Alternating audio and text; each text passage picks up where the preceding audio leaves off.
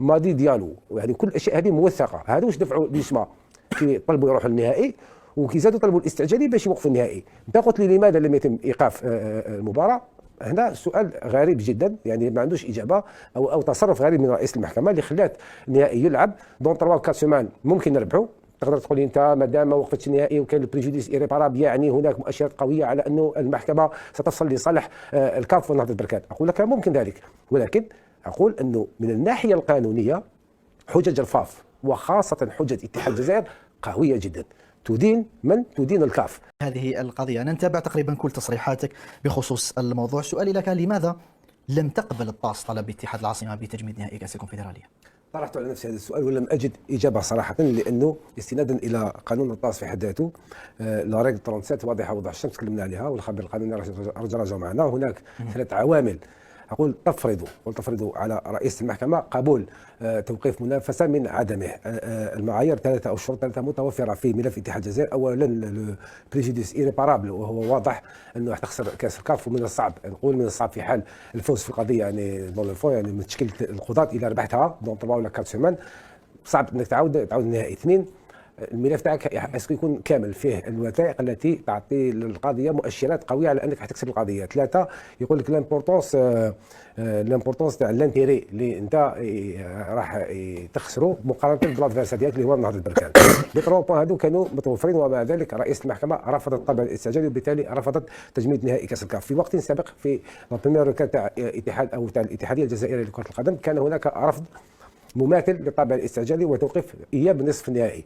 من بين ما قيل اليوم على اسباب الرفض انه المحكمه او رئيس المحكمه لم ترى هناك سببا مباشرا بين الخارطه وبين مباراه في كره القدم، ولو انه كانت هناك علاقه مباشره. ثم واش اكسبليكات لي زافوكا انه تتجنب او تتحاشى تجميد مباريات خشيه من التداعيات الاقتصاديه على الهيئه الكرويه اللي فيها رعاة للمسابقه، يعني من جانب اقتصادي على بريفيري. هناك نقل تلفزيوني، هناك حقوق البث، هي هذا ما قيل له في القضيه الاولى. لكن في القضيه الثانيه اللي هي قضيه اتحاد الجزائر، لو انها قضيه مترابطه، راحوا الاتحاد الجزائري للشق الرياضي. اتحاد الجزائر طرحوا الاشكاليه من الجانب الرياضي، يقولوا نحن احق من نهضه بركان في لعب النهائي، وهذه هي الاسباب. الاسباب شنو هي؟ تكلمنا في كل اسماء رشيد. يقول لك لا كوميسيون دابيل في البريمي ماتش كيما بدات لا ديسيزيون تيفي كتبت فيها انه كان هناك ظرف قاهر، والظرف القاهر تم اسقاطه وتكلمنا عليه في نهايه الامر، وهذا ما تم ايداعه في ملف اتحاد الجزائر عندما تم طلب تجميد النهائي. انه لي مايو كانوا موجودين، يعني حنا لي مايو اللي فيهم الخريطه المزيفه سي فري كانوا كونفيسكي لانهم يتعاضوا مع لوائح الكاف، ولكن حنا جبنا لهم دي مايو لي مام براتيكمون ما فهمش الخريطه، مهمه الفريق الضيف كي يلعب المواجهه باش يلعب، ما بقاوش لي بارول اون لير. جبنا لهم لي مايو، مديناهم لعماد شنوده في لا ريونيون تكنيك بحضور ممثلي لافاف، ثم داروا نيكري اوفيسيال لعماد شنوده مسؤول المسابقات تاع الانديه، ورد لهم اكيزا ريسبسيون، قال لهم وي لي مايو هذوما وكي ناخذوهم يلعبوا بهم باسكو لا كاف ولا لا فيفا ولا اي هيئه اليفيت لو ماكسيموم لاري تاع لي ماتش. يعني الظرف القاهر عنده يعني اسباب اخرى. ومن بعد قال لهم عطوهم لو كورديناتور جينيرال اللي هو ماضي ديالو، يعني كل الاشياء هذه موثقه. هذا واش دفعوا بيسما طلبوا يروحوا للنهائي وكيزادوا طلبوا الاستعجالي باش يوقفوا النهائي. انت قلت لي لماذا لم يتم ايقاف المباراه؟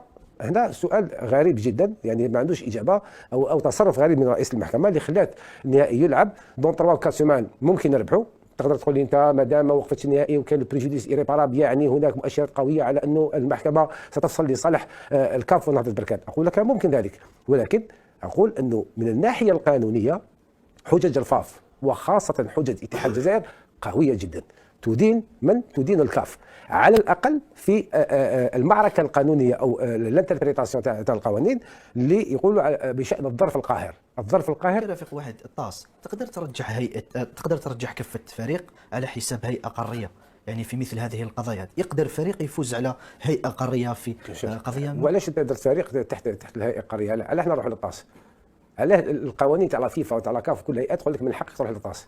لانه طاس هي هيئه يعني مستقله مستقله تابعه تستمد مبادئها الاساسيه من السيو من اللجنه الاولمبيه الدوليه، وهي تعطيك احكام على حسب القانون. لو اليوم في قضيه الخريطه يبقى رايي مثلا قضيه الخريطه الوهميه اللي تتعارض مع لوائح الكاف في الماده 5 نقطه 1 5.1 اللي تقول لك انه اي عضو جديد ينضم للكاف لازم يحترم قوانين الكاف ويحترم قوانين ليفاب الانترناسيونال بورد. الانترناسيونال بورد في الماده 4.5 تقول لك لي زيكيبمون ما يلزمش يكون فيهم سلوغون ولا ديزيماج ولا كتابات ذات بعد سياسي. هذا امر واضح. مادام اذا كان اليوم القانون واضح في هذا الشيء يقول لك ممنوع دير ديزيكمون على بعد سياسي. كيفاش الطاس اليوم انا باش نتصور طاس يعني كي يروحوا لي جوج رئيس المحكمه رفضت لي في سيسبونسيف تجميد المنافسه، ولكن من بعد القضيه دون يدرسوها لي جوج.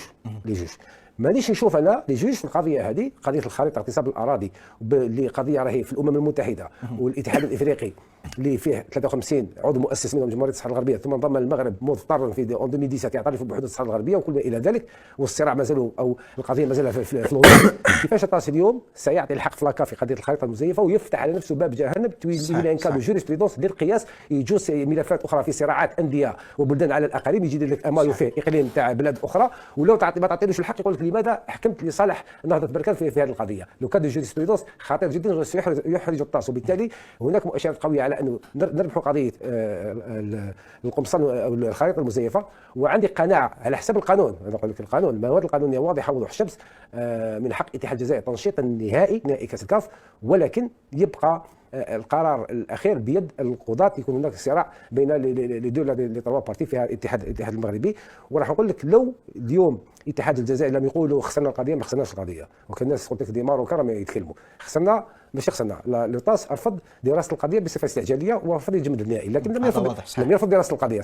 يتم دراسه القضيه في دون لو فون تاع لي شنو تاع لافاف دون 3 سيمان 4 سيمان يردوا يعني القرار تاعهم. اذا الشق الرياضي تاع اتحاد الجزائر اذا ربحناه وعندنا المبررات والسند القانوني وكل المراسلات الرسميه التي تدين الكاف وتسقط عنهم الظرف القاهر، لو طاس واش راح يقول؟ في اعتقادي ما يقولكش لازم تلعب لا فينال ولازم تعاود، ما راحش يقول لك هذا الشيء، راح يدرس على حسب الطلب تاعك. يقول لك من حق اتحاد الجزائر بناء على ما جرى بناء على القانون انه يلعب النهائي لانه لم يكن هناك ظرف قاهر. يعطيك لا ديسيزيون انت تعطيك لاكاف، تعطيك لاكاف تقول عاودوا الماتش عوضوا لي تو فا ايفيتي على الاقل سسبونسيون، لانه الماده 10 من الشابيتر 11 الفصل 11 الماده 10 من قانون كاس الكاف يقول لك صراحه الذي يتم يعني استبعاده لانه غاب ولا رفض اللعب يتم معاقبته بالحرمان من المشاركه في مسابقه الانديه للكاف للدورتين المقبلتين. يعني على الاقل تشوف ايفيتي لي سانكسيون، تربح من حيث المبدا، ستحرج لاكاف تشوف اتاكي لاكاف تعاود لك الماتش تعاود لك الماتش. في قال باراغراف 16 نو دقيقه برك رشيد، الماده لا سسبونسيون الحرمان من اللعب رشيد انا نهضر لك على الريغمون لاكاف. الريغمون لاكاف فيها الريغمون دا كومبيسيون دا كونفيدراسيون. عندي رشيد لو ريغمون دو لا كوب دو لاكاف الفصل 11 الماده 10 تتحدث على لا سانكسيون وكا صح لي رشيد نقراها تتحدث على لا سانكسيون في حال انه رفضت اللعب وتم خسرت الفورفي فانك ستتعرض للعقوبه بعدم المشاركه لطبعتين مقبلتين. الماده 16 اللي تتكلم عليها فقره 16 الفقره من الشابيتر 11 الشابيتر 11 الفقره 16 الماده 16 من الفقره من الشابيتر 11 في شابيتر 11 في 1 2 3 في حتى 17 16 واش يقول لك فيه؟ 16 يقول لك سي بور اون ريزون كالكونك sauf le cas de force majeure reconnu comme tel dans la commission interclub الذي لا يلعب مباراه يغادر ارضيه الميدان يرفض لعب هذا الشيء سيتم معاقبته يعني خساره المباراه ويتم استبعاده نهائيا من المنافسه. فوالا هذه الماده 16 ولا البنت 16 لا سسبونسيون تاع ليكيب سير البنت 10 وبالتالي لي سوا واش يكونتيستيو يقول لك حنا نحبسوا الماتش الي باسكو الغلطه تاع بركان كيما لعبوش الماتش الي كان لعبوا الماتش الي يكون احسن لهم كيما لعبوش الماتش الي واليوم لاكاف وقفت في صفهم وعطت لهم الظرف القاهر وحنا اسقطنا قلنا الظرف القاهر بحجج وممارسات رسميه اللي ممثل كاف شنوده عماد شنوده المصري اللي قالوا اعطوها للكورديناتور جينيرال اللي ما يلعبوا بهم صح يا با ظرف قاهر لاكاف تعندت ابارامون ضغطت على شنوده من المراسله موجوده وبالتالي سنسقط على نهضه بركان في الطاس الظرف القاهر واذا تم اسقاط الظرف القاهر على بركان وتبان لا كومبليسيتي دو لاكاف ماذا يحدث؟ يتم اعلان اتحاد الجزائر على الاقل هو صاحب يعني الحق في الفوز بمباراه الذهاب وانه نهضه بركان غاب بصفه متعمده وبالتالي يتم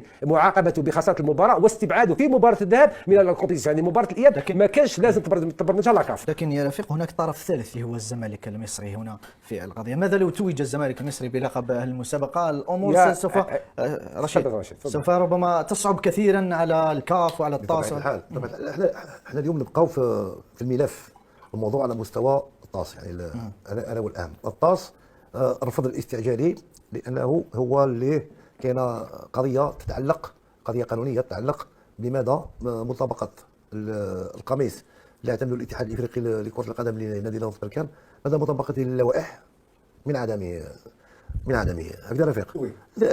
هذا هو السؤال الجوهري اللي نطرح اليوم على الطاس ولازم يجاوب عليه الطاس. في ربما في رئيس المحكمه قالت ربما الطرف الجزائري كان عليه يلعب اللقاءين ومن بعد يواصل الاجراءات، لانه كان يطعن في قرار تاع القاف بترخيص ولا باعتماد هذا القميص برغم انا جاي بالرغم من ان طلب الاستعجالي هو يتعلق بقرار الكاف فيما يخص عدم اجراء لقاء الذهاب اللي كان يهضر عليه دوك انا رفيق، وكل الحجج اللي اعطتها اللجنه وكذلك لجنه الطعون على مستوى الكاف اللي هي قالت كلمه واحده، انا بركان كان في حاله قوه قاهره، وهذه كما قال رفيق الامر هذا يسقط. عمل على اسقاطه يعني. لا يسقط في الكاف بريتو في الطاس كما قلت من قبل في الكواليس، لما احد من اعضاء الكاف في الاجتماع التقني يصدر منه كلام ولا طلب، هو راه يتحدث بس من الكاف مش الشخصي، يعني هو من الرسميين اللي عندهم الكاف لهذه المباراه. الان هل اذا كان فاز نادي الزمالك يعاد اللقاء او لا يعاد؟ كما قال رفيق، لما الطرف الجزائري يعني الاتحاد الجزائري لكره القدم وخاصه نادي اتحاد العاصمه يربح القضيه في الطاس، يعني لما تدرس في الموضوع المضمون يقولوا في المضمون هو الموضوع، فيه الشك والموضوع في اي قضيه فيه الشك وفيه موضوع، لا فون لو فون لا فون لو فون فهمت، يعاود يولي بطلبات اخرى سواء يعاد تلعب نهائي ومباشره ولا تعويضات ماليه معتبره على الاضرار الماديه والمعنويه. في الاضرار الماديه مثلا يقول احنا لو كان ربحنا نديو $1.5 مليون مثلا، وفي كذلك الاضرار المعنويه. هذه اجراءات اللي مازال اجراءات سبق لها وراح تمشي.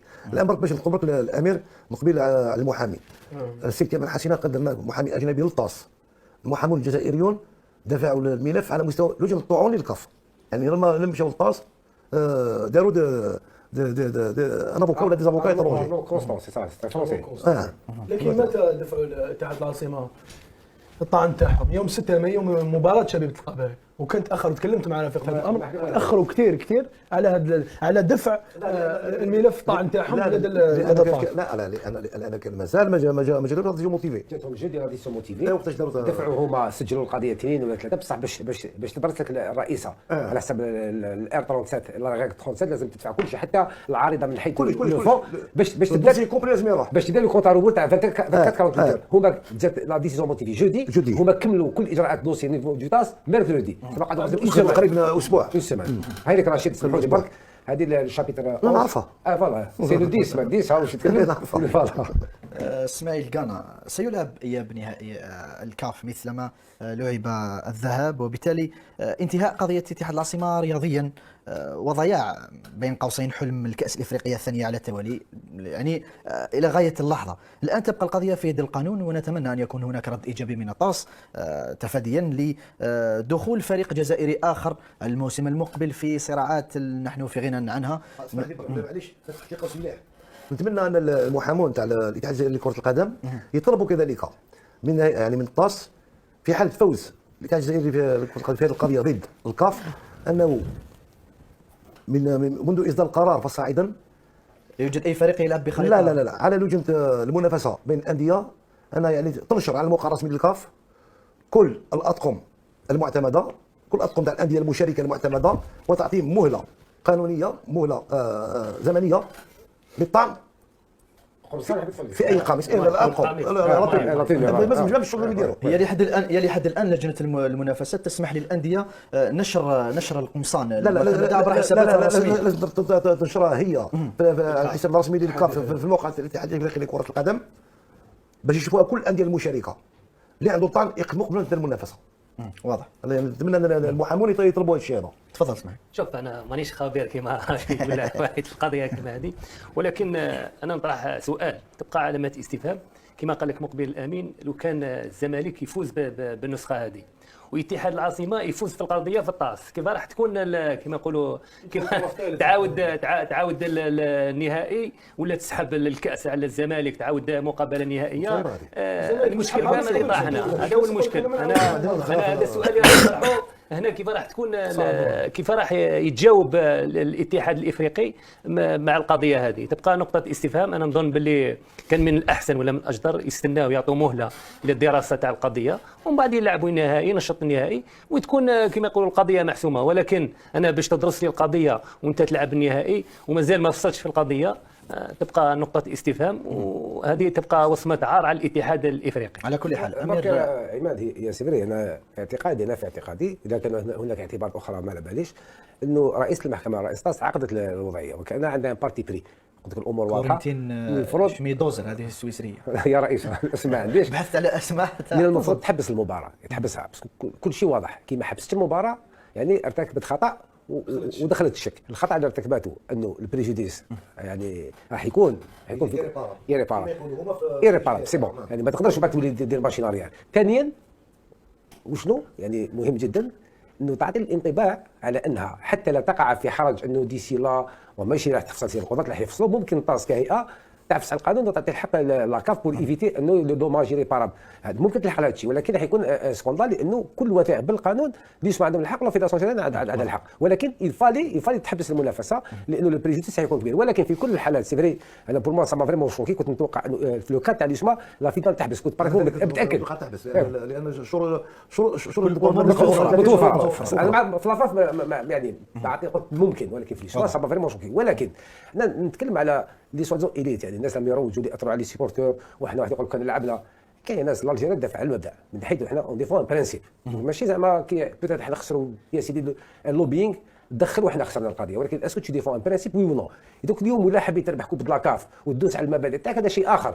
انا بور موا نربح القضيه كما قال رشيد وقال اسماعيل، نربحوا القضيه من بعد نشوفوا لي سونسي اون ايفيتي لي سانكسيون من حيث المبدا. الافارقه يحسوا بلي كاين اتحاديه ولا افارقه في الجزائر، طرف جزائري شارع لاكاف وربحها. هذا سي امبورطون بور لاجي، وانت داخل في لاكاف بتتعاد موازين اخرى باش تكسر اللوبينغ ماروكان. انا نهضر لك في المطلق، ولكن من حيث المبدا مليحه بور لاجيري. مي القضيه اليوم لازم نفوزوها لافاف، قضيه الخريطه المزيفه ولا قضيه اتحاد الجزائر. حتى انا جاتني معلومه على كل ما اكدتهاش من في الكاف باللي حتى الكاف اليوم حطوا لجنه لاعاده دراسه وتعديل الريغلومون ديكيبون تاع لاكاف اللي واش يولي فيه جديد. حابين يديروا فيه اضافات، يعني اللي تسمح يديروا الخرائط لا كونترا لا ماشي نحوهم. هما سي با بريفي في الريغلومون تاع لا كارت بريسيزيمون ني با بريفي كيما الريغلومون ديكيبون لا فيفا بلو كلير تاع لا فيفا. تعرف شنو بلو كلير؟ حابين لو ريغلومون تاعهم دورينافون يكون بلو كلير كيما لا فيفا. انا جاتني معلومه باللي يزون شارجي كوميسيون باش توجد النبوه. يعني هناك تاثير من اتحاد العاصمه، هناك تاثير ايجابي من الاتحاد الجزائري.